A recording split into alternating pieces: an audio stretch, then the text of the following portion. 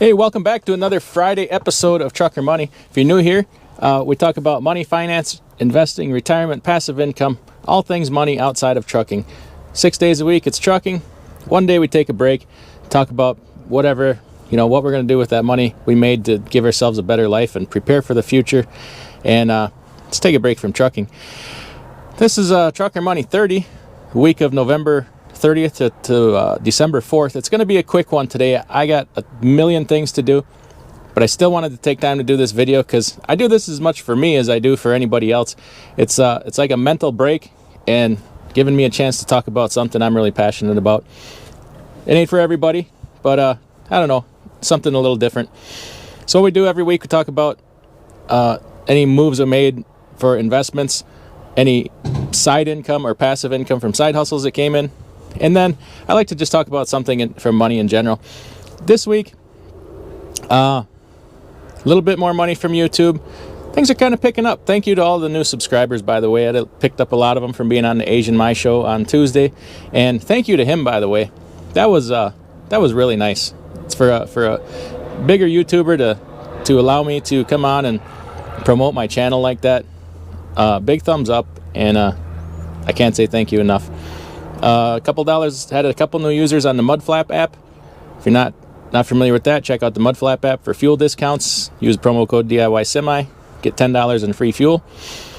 And then we let's move on here to I had a rent come in from some rental real estate property, and that's usually around the first of the month. So there's that. We got a raise this week again in the passive income dividend portfolio. Royal Bank of Canada, ticker symbol RY, raised their dividend. They only raised it 0.75%, less than 1%. But hey, awesome. I didn't do anything. All I had to do was be a loyal shareholder. Got a little bit of a boost. And in this economic time and turmoil, I'll take it. We take, that's wonderful. Anything is better than nothing. So, who else paid this week? Well, Honeywell paid a dividend. MUDFLAP paid out. Finally got that dividend from Pfizer on the 1st that we've been waiting for. And LTC, real estate REIT for long-term care facilities, paid. Quick note on Pfizer. We talked a lot about that spin-off deal when they spin off their Upjohn division to Viatris, merged it with another company there, and got another payment from that. Got a cash consideration. Not sure why, but I'm thinking it's because, if you remember when I talked about it, I said I got the shares I got in the new company were whole shares. There was no fractional, left over. I'm thinking the cash that they gave was to cover those fractional shares that would have been. They didn't really explain that, but hey, it's nice to keep getting. Maybe next week they'll give me some more money. I don't know, probably not. But so, any new purchases I made? I placed a whole bunch of buy orders last week with no expiration on them at prices that I wanted, and just to see what got filled. So over the next few weeks or months here, some of them may get filled. Ended up in that fashion buying some more Kimberly-Clark. I need to build that position more. It's underweighted in my portfolio. Bought some more PPL, the utility. Bought some more Flowers Foods and some more Campbell's because I'm close to getting as much Campbell's as I want, and then I can stop buying for a while. So that's kind of all the moves I made this week. Thinking about making some changes, been saving up some money, and to the point where I got to make some decisions what I'm going to do. I'm either going to possibly buy another rental property or expand this trucking thing. People have been asking, do you take on owner-operators? And I've been like, no, but I'm kind of thinking about it. So I think I'm going to kind of pursue that, start looking at some trailers, putting together a package like that, and we'll see. I just can't decide. I haven't been able to decide to put that money into more things outside of trucking or inside of trucking. And I think since there's some interest, I may pursue that. So we'll see. Stay tuned for that. Now let's talk about, I don't have a lot of time today, but I just want to throw a couple things out there for you. Talk about the psychology of money. As far as related to investing, stuff like that. And people say all the time, well, what do you know? You're not good enough. You're not smart enough. And you've probably heard this, people say this to you and try to discourage you from doing things.